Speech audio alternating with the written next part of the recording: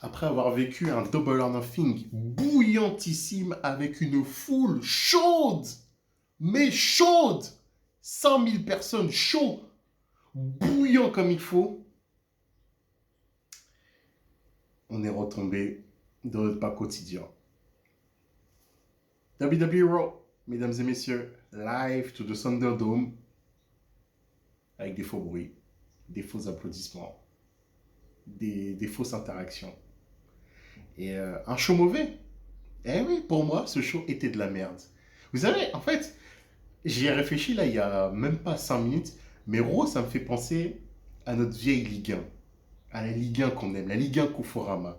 Tellement éclaté, mais éclaté de chez éclaté, que, que on essaye de se persuader que Raw, c'est quand même bien, comme avec la Ligue 1.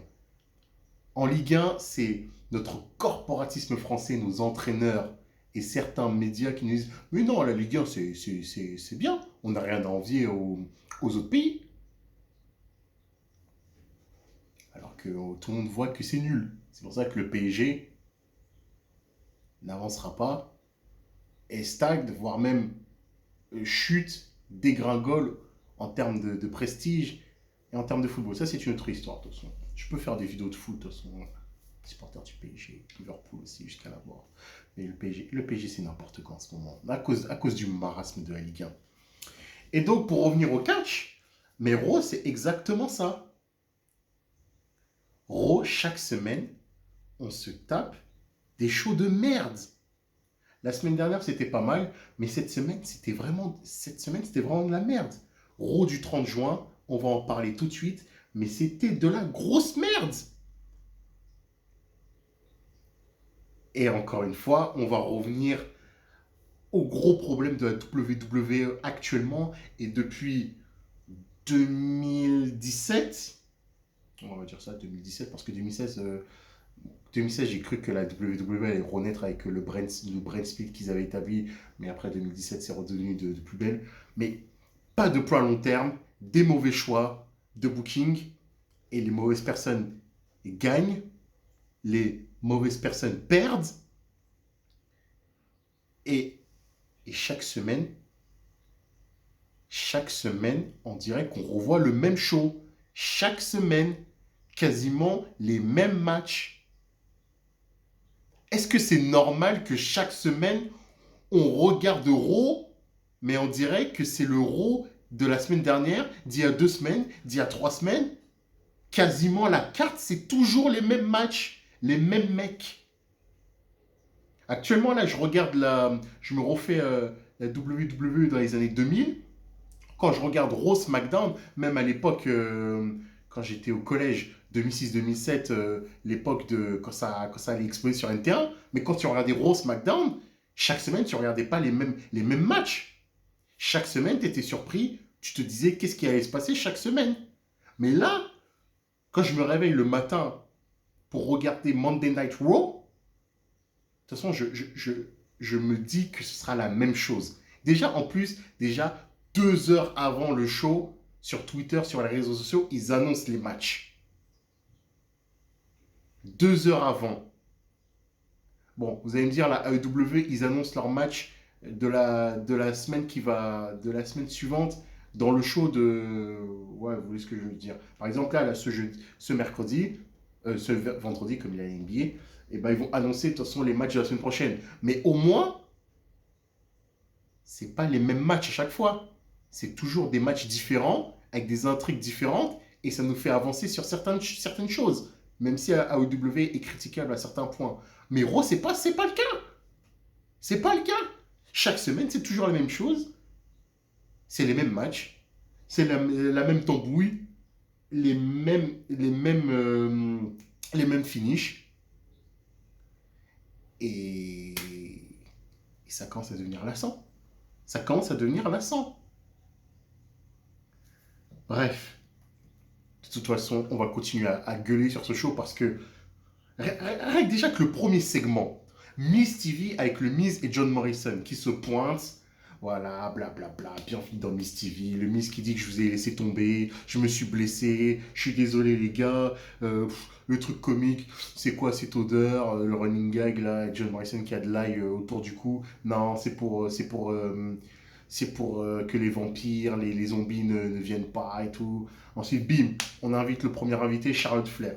Charlotte qui vient, bon, elle fait aussi au début le running gag. C'est quoi cette odeur? Ouais, c'est de l'ail et tout. C'est pour éloigner les vampires, les zombies. Mais par contre, Charlotte Flair, son personnage est très bien. Moi, franchement, son personnage détestable comme ça, je l'adore. Je l'adore. Mais elle n'est pas utile comme ça dans la division féminine. Il faudrait qu'elle soit utile d'une autre manière. Je pourrais peut-être faire une vidéo sur comment booker Charlotte Flair. Oh, tiens, je crois que je vais essayer de préparer une vidéo comme ça, comment booker Charlotte Flair, parce que franchement, moi j'ai ça peut peut-être paraître des bonnes idées, mais pourquoi pas? Pourquoi pas essayer de les faire partager?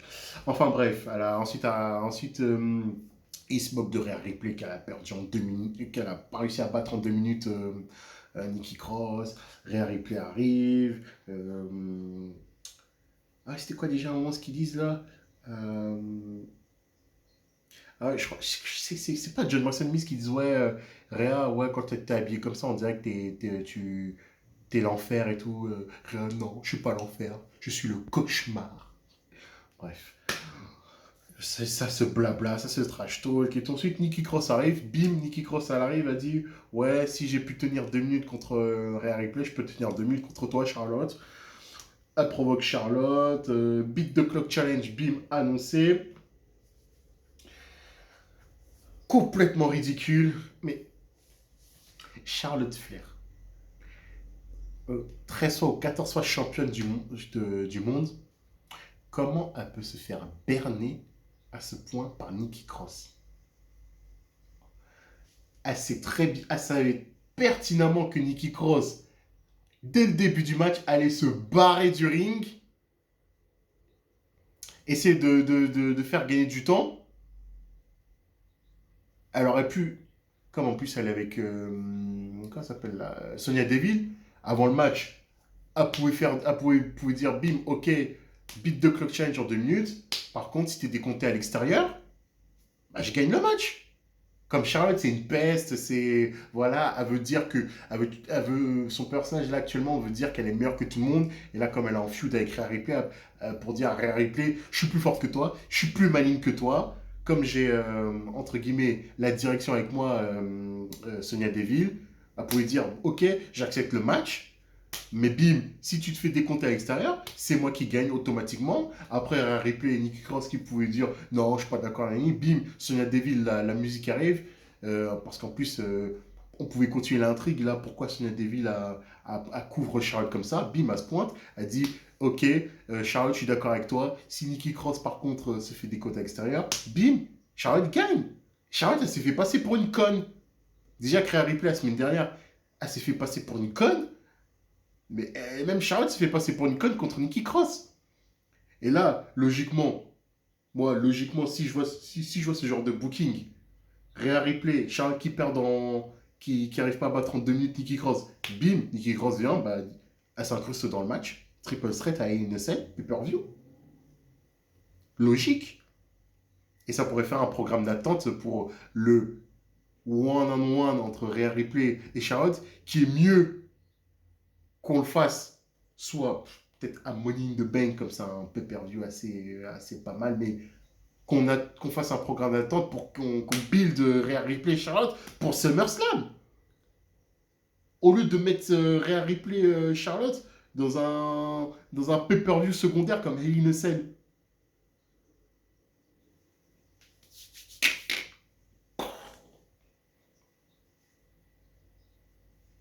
Déjà, premier truc qui va pas dans ce euro. Ensuite, segment drôle. Ça, là, c'est le petit rayon de soleil de Raw. C'est le petit rayon de soleil de Raw. on aperçoit Riddle avec Damien Priest qui sont en train de discuter et tout. Riddle qui demande à chaque fois à Damien Priest, ouais, comment on dit, comment on dit bro en espagnol, hermano, comment on dit ça en espagnol, bam, bam, bim, bam, bim. Après, Damien Priest qui dit Randy, hop, il se retourne, il y a Orton qui arrive. Belle stache pour Randy, hein. Randy Orton revit franchement avec Riddle, hein. Ces mecs-là, comment ils sont. Ils sont délirants, franchement. La nouvelle Rock and Sock Connection, la nouvelle team El No. Putain. Ah là là. Si on avait une division par équipe à Raw et SmackDown assez bien buildée, franchement, qu'est-ce que ça aurait été, franchement. Les RK Bro, tu leur donnes les ceintures et ensuite qu'ils te fassent des matchs d'ouf contre des vraies équipes. Franchement, là, les RK Bro, là, moi, si j'étais Booker, et si Orton acceptait, je les foutrais à NXT. Ce serait tellement délire à NXT avec des matchs pour les championnats par équipe de ouf qu'on pourrait avoir contre MSK, contre Imperium, même contre Breeze and Go. Ce serait tellement délirant. Une feud Breeze and Go, RK Bro. Oh là là. Mais ils sont dans le marasme de Raw, mais c'est quand même un peu tiré en soleil et tout. Orton qui bat ensuite Xavier Woods. Oh là là là là là, putain. Ces mecs-là, ils sont tellement bons. Ensuite, Shayna Baszler contre Reginald. Shayna Baszler qui avait demandé le match la semaine dernière parce qu'on avait marre que Reginald fourre son nez dans son business. À la fin du match, Alexa Bliss intervient encore en lançant des flammes dans le coin du ring qui distrait Shayna Baszler. Petit paquet.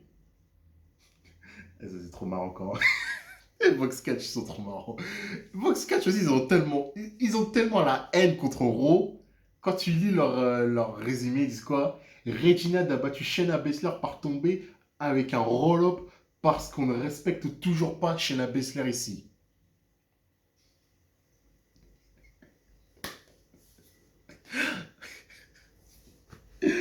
Reginald qui a battu Shayna Baszler. Déjà, Reginald. Reginald, c'est le nouveau Irwin de la division féminine, hein. Pour ceux qui connaissent la référence.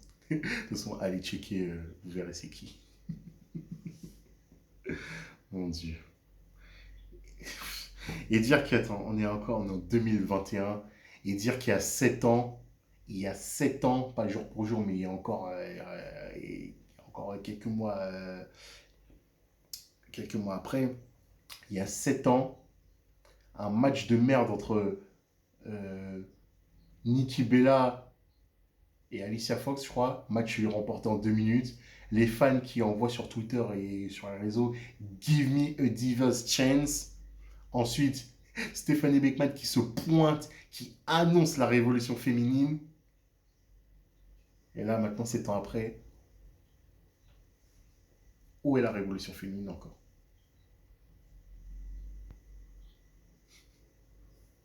De toute façon, Mickey James avait bien dit. Mickey James, mon bébé. Mickey James, il avait bien dit. Franchement, allez checker son interview quand elle s'était fait virer de la WWE sur son podcast avec Victoria. Et je ne sais jamais le nom de la troisième personne, désolé. Go TV, ça s'appelle. G-A-U-W, Grown Ass Woman, ça veut dire. Mickey James avait dit, de toute façon, quand elle s'était fait virer la WWE et qui a eu la parole. Elle a dit que moi, en coulisses. Déjà d'une, je comprenais pas pourquoi ils voulaient pas me faire catcher. Déjà, je comprenais pas pourquoi elle a dit quoi? Je ne comprends pas pourquoi les gens ne veulent plus faire catcher des femmes alors qu'elles ont 45 ans, alors que des hommes, ils ont plus de 40 ans, mais ils continuent à catcher, même encore au haut niveau. Goldberg. Déjà, premier point, qui avait raison. Pourquoi Mickey James n'était pas mise à l'écran? Il l'avait mis en commentaire à Main Event qui était. Elle s'en sentait très bien, mais elle avait encore des choses à faire sur le ring. Je dis pas qu'elle devait tout le temps, elle devait absolument être championne. Mais Mickey James pouvait donner de la force en tant que vétéran à plein d'autres catcheuses et à créer encore des histoires fraîches. Enfin bref. Et si elle avait dit quoi aussi? Ah oui, elle avait dit qu'il voulait lui donner un rôle de productrice, mais elle avait refusé. Elle voulait catcher. Mais les gens, ils ont dit non. En gros, t'es trop vieille. Ouais. Donc, où est la révolution féminine? Et encore le pire, le comble. Le comble. Alors ça cette phrase-là, elle m'a fait tomber de la chaise. Et en plus, elle l'a répété dans le podcast de René Young. Elle était partie voir les officiels pour leur souffler l'idée. Comme à chaque fois, je me souviens quand j'écoutais Feuillant et Rabbi Live à l'époque, putain, tous les jeudis soirs, incroyable. Bah, Rabbi aussi qui le disait à chaque fois dans les podcasts. Faites une division féminine à part et faites un show féminin. Il n'y a pas assez de place pour les femmes actuellement. Il y a 3-4 ans, quand c'était la révolution féminine, elles avaient beaucoup de temps et en fait, c'était les produits les plus hot du produit. Mais là, on se rend compte que là, ça commence à tomber dans l'anonymat, les femmes. Je dis pas vraiment de l'anonymat, mais c'est moins mis en avant. Et donc, pour revenir à Mickey James et à Rabbi, qui avaient la même idée, de toute façon, Mickey James était parti voir les officiels en leur soufflant ça comme idée. C'est mieux de créer un show 100% féminin pour donner plus de temps à d'autres catcheuses pour se développer. Et comme ça peut rafraîchir ensuite la division féminine. Parce que là, actuellement, la WWE, mais de toute façon, même chez les hommes, mais plus chez les femmes, la WWE tourne en rond. Ça tourne en rond, et c'est pour ça que c'est mieux de faire un focus sur Charlotte Flair dans une vidéo à part. Mais Charlotte Flair, pour moi, son utilisation n'est pas bonne.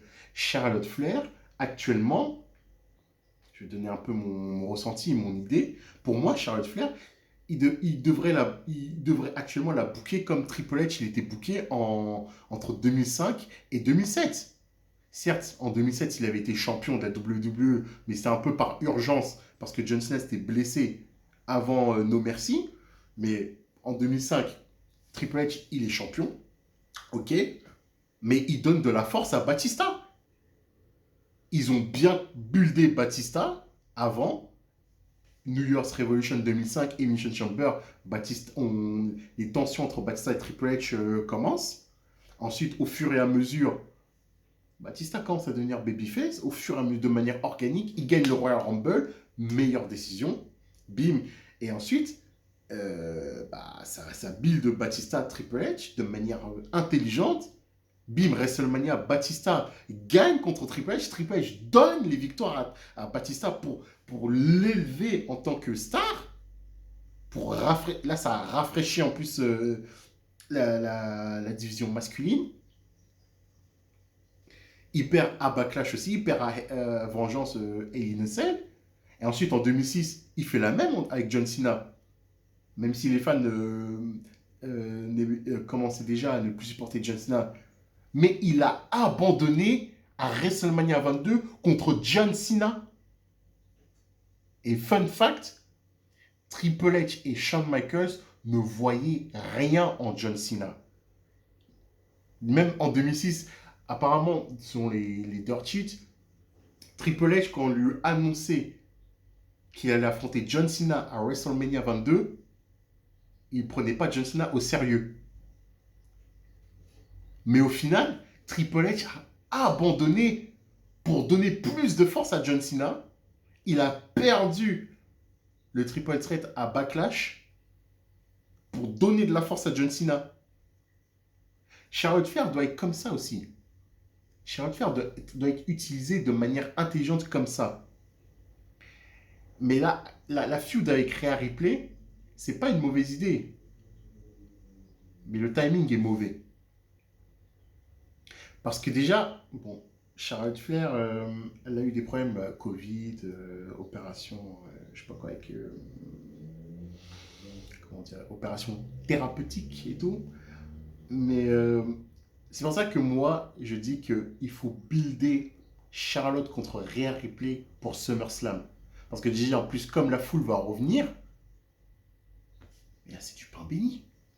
Charlotte, Rhea Ripley à SummerSlam. Vous imaginez Rhea Ripley qui bat Charlotte, bim, ça explose encore plus.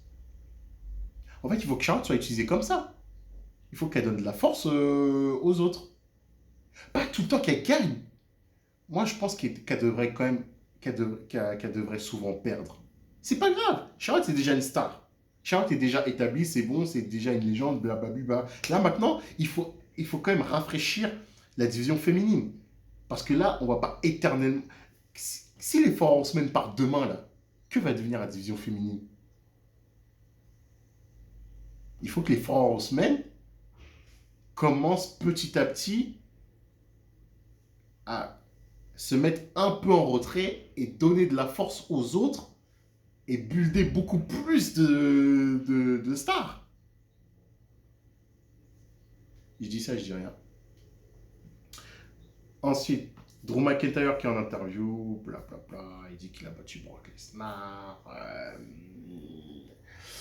Kofi disait qu'il a perdu en 8 secondes contre Lesnar, blablabla. Drew McIntyre me fatigue. Drew McIntyre me fatigue.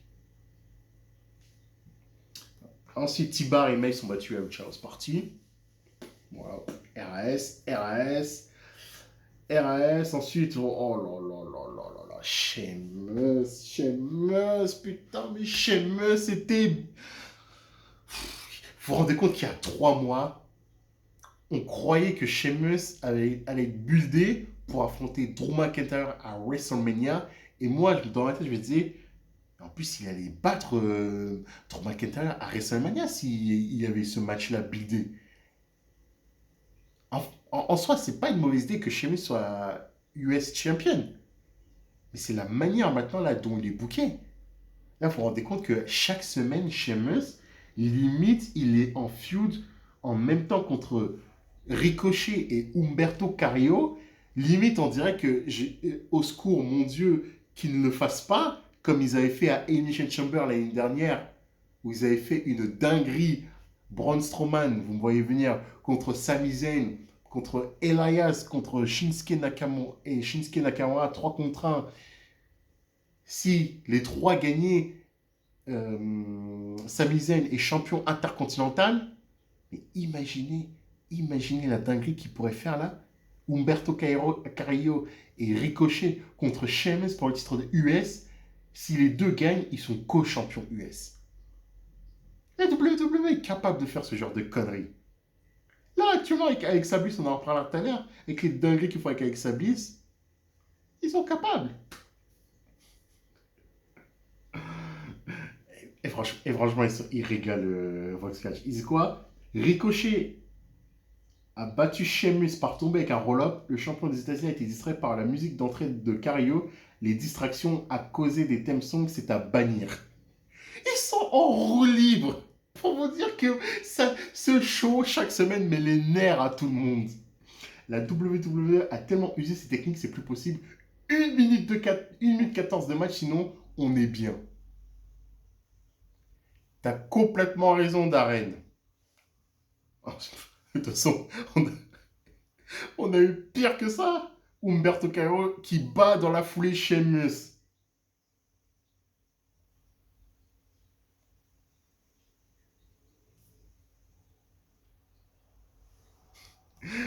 Ensuite, Manziro et Dana Brooke ont battu Naomi et Lana sous les yeux de Tamina et Natalia, les championnes par équipe. Bon, bah, ce qui est positif, c'est qu'ils ont un peu éloigné Nia Jax et Shayna Baszler des titres par équipe, de title picture, comment dirait.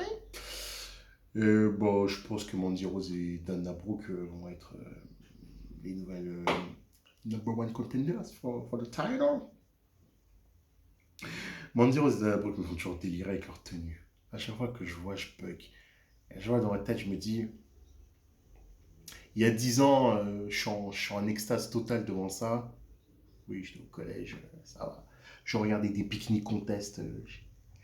Tous les bikini contests, je crois que j'ai quasiment tous vus. Oui, c'est vrai. Oui, et alors. Et alors, regardez-moi bien dans les yeux, qui ne kiffait pas les Diva Bikini Contest match?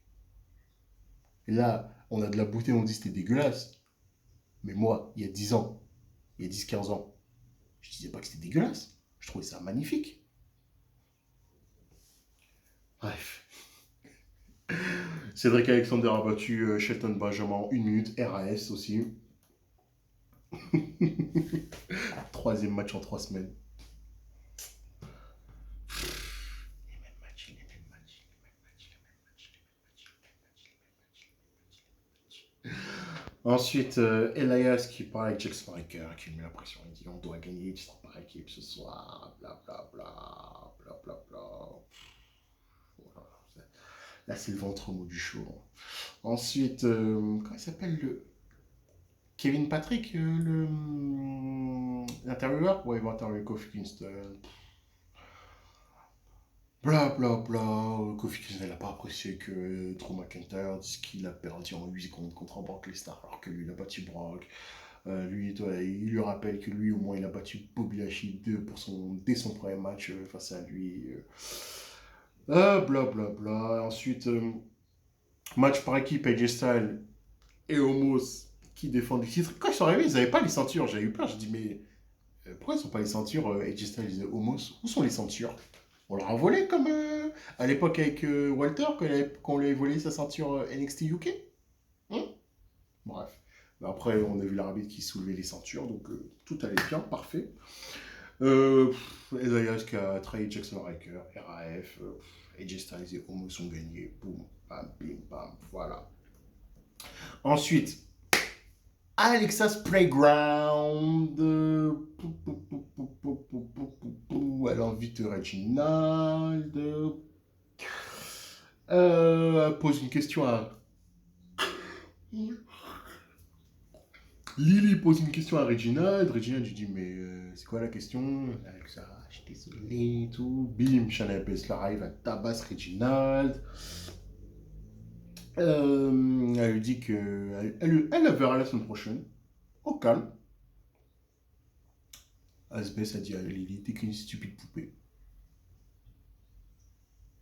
Alexa Bliss qui entend ce que dit Lily. Il lui parle et elle lui prenne. Ok, ok Lily. Ah, ça la semaine prochaine. Même Alexa Bliss tourne en rond, hein, franchement. Mais où est Bray Wyatt? Où est Bray Wyatt?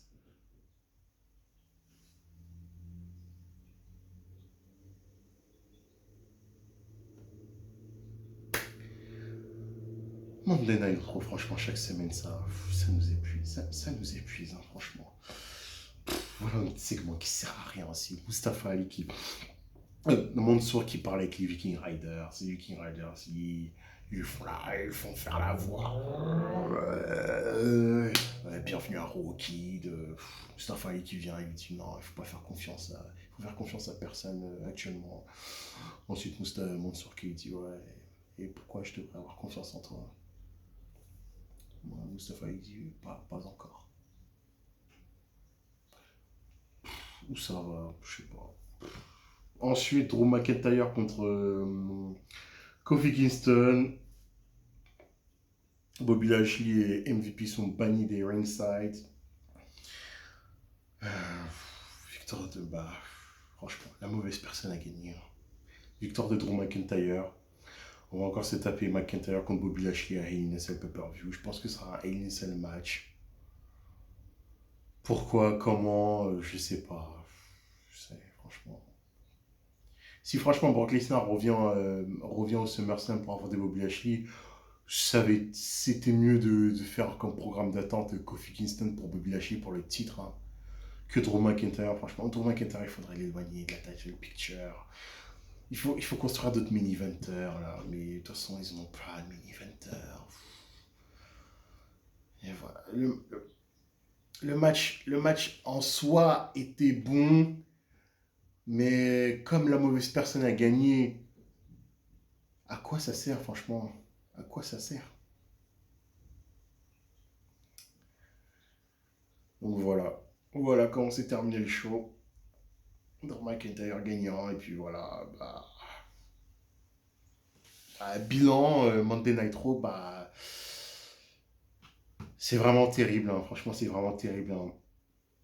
Et surtout à chaque fois quand je regarde les audiences, hein, quand je regarde l'audimat de Raw chaque semaine, qui fait 1 300 000, max, ils font 1 900 000. Ça fait combien d'années qu'ils ont pu dépasser les 2 millions? Je crois que ça fait 2 ans qu'ils ont pu dépasser les 2 millions de téléspectateurs. Ça fait mal. Parce que nous qui avons peut-être, je sais pas de quelle génération on va regarder Raw, les plus anciens que moi, quand ils regardaient Raw aux États-Unis, ça faisait plus de 6 millions. Moi aussi, quand j'ai commencé à regarder Raw, ça faisait encore 5 6 millions de téléspectateurs, voire 8 millions. Et là, on est passé maintenant, ça a été divisé par 4. L'audimat de Raw, en l'espace de 20 ans. Bon, certes, ça a été par cycle. Entre 2000, entre 2001, à partir de 2001, oui, quand il y a eu le serrage de main entre Austin et McMahon, jusqu'à 2005-2006, la WWRO, ça faisait quoi? C'était passé de 10 millions à 6. Ensuite, quand c'était la Ruthless Aggression Era, ça stagnait entre les 5 6 millions. Je me souviens qu'en 2007-2008, ça faisait encore eu 7 millions de téléspectateurs. Et après, au fur et à mesure, ça a baissé parce que les stars partaient, Batista, Jeff Hardy, Shawn Michaels. Au fur et à mesure, toutes les stars partaient. Et puis voilà, l'audimat baissait, mais ça a baissé parce qu'on avait des stars. Là, ça baisse parce que le produit, il est mauvais. Il est mauvais.